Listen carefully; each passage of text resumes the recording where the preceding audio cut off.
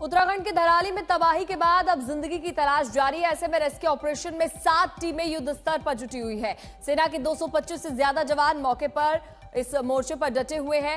हादसे में अब तक फिलहाल 5 लोगों की मौत हो चुकी है, जबकि 11 जवान समेत 70 लोग लापता बताए जा रहे हैं। अभी तक 190 लोगों का रेस्क्यू भी किया जा चुका है। आपको बता दें कि रास्ते बंद हो जाने की वजह से हेलीकॉप्टर से रेस्क्यू ही एकमात्र सहारा है। ऐसे में हेलीकॉप्टर से ही घायलों को अस्पताल पहुंचाया जा रहा है। तो कुदरत ने सिर्फ धराली या फिर हर्षिल नहीं बल्कि पूरे उत्तराखंड को खंड खंड करके रख दिया है।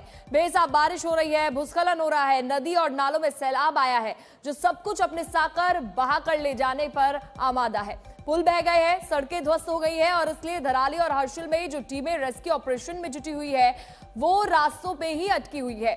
सिर्फ हेलीकॉप्टर से ही अभी तक रेस्क्यू ऑपरेशन चल रहा है, जबकि जिस तरह से धराली गांव पूरा मलबे में समा गया, वहां तक मशीनरी का पहुंचना भी बहुत ज्यादा जरूरी है, जो रास्ते ना होने से जहां तहां अटकी हुई है।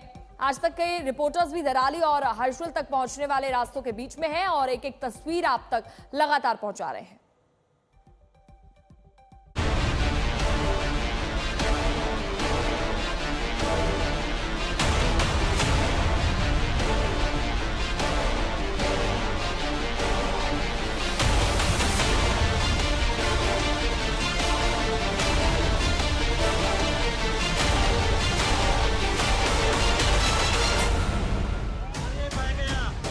धराली और हर्षिल में आए तबाही के सैलाब को पूरे 32 घंटे हो गए हैं,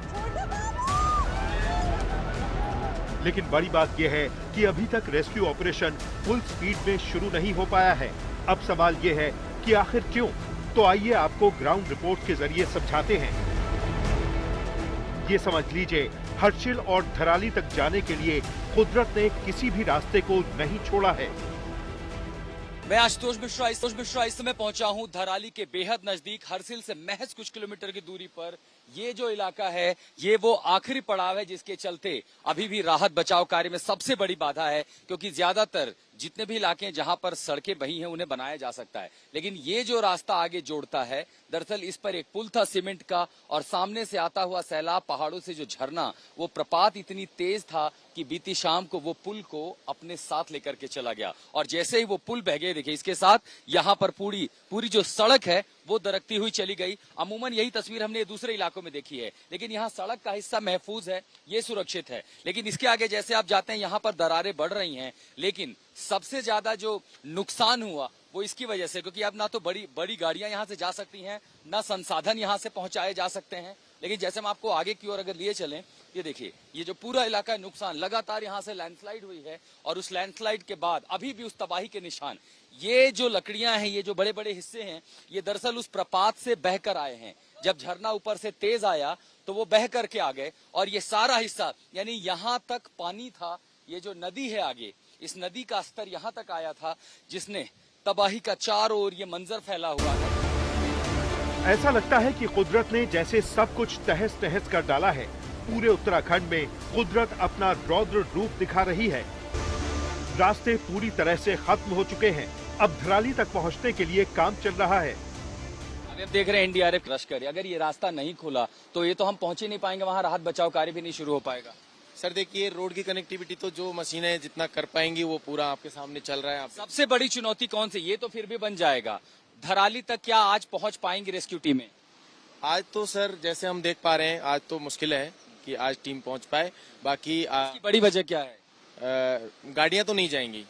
बाकी ये जो टीम है अपनी SRDF वगैरह, वो आपको पैदल पहुंच रही हैं। एक पुल है आगे कंक्रीट का, वो भी बह गया है। हाँ, लिमची घाट ब्रिज है, वो पूरा कम्प्लीटली। रिस्टोर करने में कितना समय लगेगा? रिस्टोर में अभी सर ऊपर रिपोर्ट कर दी गई है, सामान ऊपर से भेजा जा रहा है, बहुत जल्दी उसको हम रिकवर करेंगे। गाड़ी लोहे का पुल होता है, पंटून ब्रिज की तरह लोहे का पुल जो होता है, जिसको बैली ब्रिज बोलते हैं। बैली ब्रिज बोलते हैं। आप सोचिए, लोहे से पुल बनाया है जिसके ऊपर से गाड़ियों को गुजरना है। अगर ये धारा इसके ऊपर पुल है, पूरा पुल बह गया हो, जब तक ये नहीं खड़ा होगा इस पर कोई गाड़ी नहीं जाएगी। ऐसे में सिर्फ हेलीकॉप्टर ही ऐसा विकल्प है जिससे रेस्क्यू ऑपरेशन की टीमें धराली तक पहुंच रही हैं।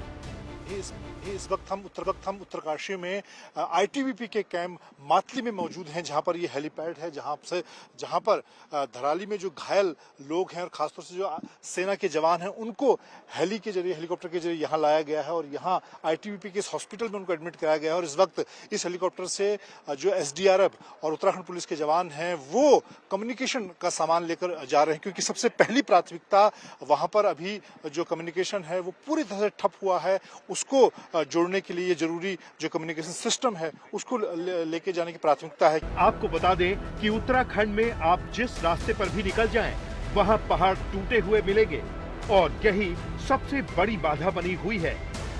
नेशनल हाईवे 34 ये उत्तरकाशी की तरफ जाता है और इस वक्त हम उत्तरकाशी की तरफ ही अग्रसर है। लेकिन जैसा कि आप मेरे पीछे देख सकते हैं, इस तरह के लैंडस्लाइड, भूस्खलन हमें बार बार जगह जगह दिख रहे हैं। एक तरीके से मान के चलें तो हर 2-3 किलोमीटर के बाद एक छोटा या बड़ा लैंडस्लाइड हमको मिल जाता है। लेकिन प्रशासन की तरफ से यहाँ मुस्तैदी दिखाई गई है, इसे वक्त पर हटा दिया गया है, कम से कम एक गाड़ी का जाने का रास्ता बना दिया गया। और इसकी वजह यह है कि जैसे हम आगे बढ़ रहे हैं, हम देख रहे हैं कि प्रशासन की गाड़ियां भी इस वक्त धराली की तरफ ही रुक कर रही है। अब पहली प्राथमिकता इन रास्तों को ठीक करने की है। जेसीबी लगी है, टेम्परेरी पुल बनाए जा रहे हैं ताकि धराली और हर्षिल तक रेस्क्यू वाली मशीनरी पहुंचाना आसान हो सके। आज तक ब्यूरो।